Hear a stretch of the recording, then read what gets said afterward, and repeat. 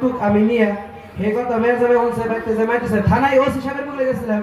OC সাহেব কই দিছে এই যৌতুক মুক্তুক বাদ দিয়ে এই ইসলামের বিষয় ঠিক না এখন একটা ভালো মাওলানা মুফতি যায় এটা সমাধান করে নেয় যাই হোক তাহলে কিছু কই না কি কই হ্যাঁ তাহলে কোন আলহামদুলিল্লাহি রাব্বিল আলামিন ওয়াল আকিবাতু লিল মুত্তাকিন والصلاة والسلام على رسوله الكريم أما بعد ইসলাম এমন একটি ধর্ম যে ধর্মই বিয়ে শাদীকে একদমই সহজ করেছে কিন্তু আজকে আমরা এই সহজ কাজকে একেবারে কঠিন করে নিয়েছি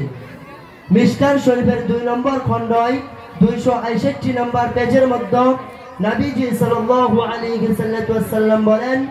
ইন্না আযমান নিকাহি বারাকাতান আইসারহু মাউনাতান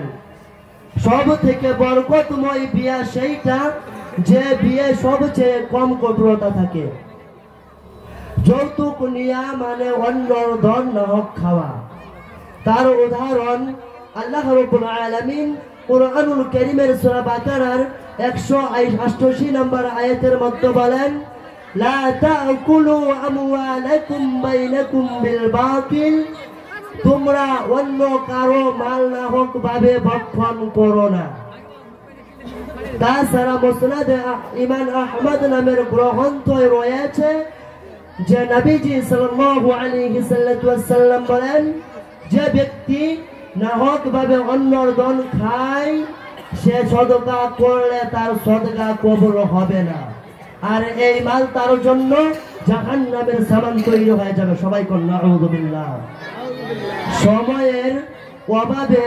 বয়ান এখানে সংক্ষিপ্ত করে এখানে শেষ করেছি আল্লাহ তাবারক ওয়া তাআলা আমাদের সবাইকে বোঝা এবং মানার তৌফিক দান করুক আমিন ওয়া আখিরু দাওয়ানা আলহামদুলিল্লাহি রাব্বিল আলামিন।